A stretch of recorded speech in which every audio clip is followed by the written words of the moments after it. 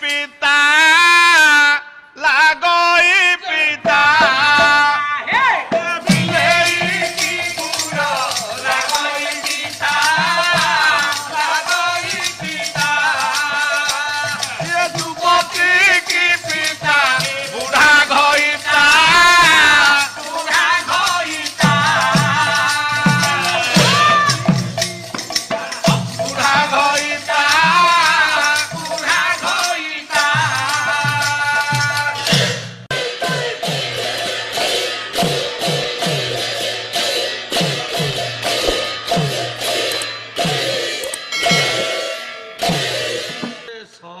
आनंद कंद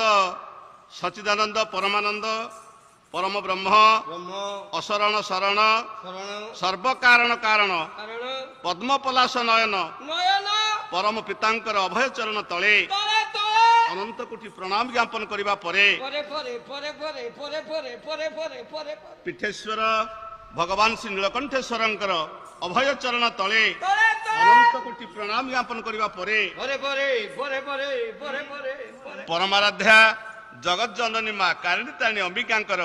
माँ भुआशुणींकर अभय चरण तले अनंत कोटि प्रणाम ज्ञापन करिबा परे परमार्चन्य विदग्ध श्रोतृमंडली स्नेहमयी कल्याणमयी दूर दूरांतर बसी आमर माँ माने सतीर्थ बंधुगण तथा कुना कुनी पूज्य माने सर्वादौ मोर परम आराध्य परम इष्ट से नारायण स्वामी आपण मान हृदय कंदर को मंडन आपण मान नारायण ज्ञान करी ए अधमतार भक्तिपूत प्रणाम ज्ञापन करुछि। नमस्ते नमस्ते भलरे थांतु ऑल आर एंटायर टोटल सबु जाको इत्यादि हेरिका बाबुली आज्ञा तेबे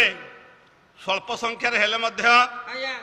आमर सम्मुखें बसिचंती विज्ञ प्राज्ञ पंडित और शिक्षित भाई माने बाबू माने तार भीतर जति समय आपण माने बसिबे प्रभुर कथा दिधाड़ी हबो ना नहीं आगो हम मेन जिंस जाऊ तापर तार कथा देखिबा हौ प्रथम पर्याय रे पाला परिवेशन करथिले हमर आदित्य बाबू ना नहीं बही होतला गोधन हरण कोन कांड रहिछि कोठै हौ हौ से कथा को जिबा आगा दीपद समीक्षा तापर से विषय को से महाभारत कहानी हबो ना नहीं ते मोर मने पड़ी जाउची ए खोटा जिल्लार कवि जने लिखिले कोन कहिले दनै दास कोन कहिले पुओ कहले बिलेई की गुड़ ये लागई पिता लागई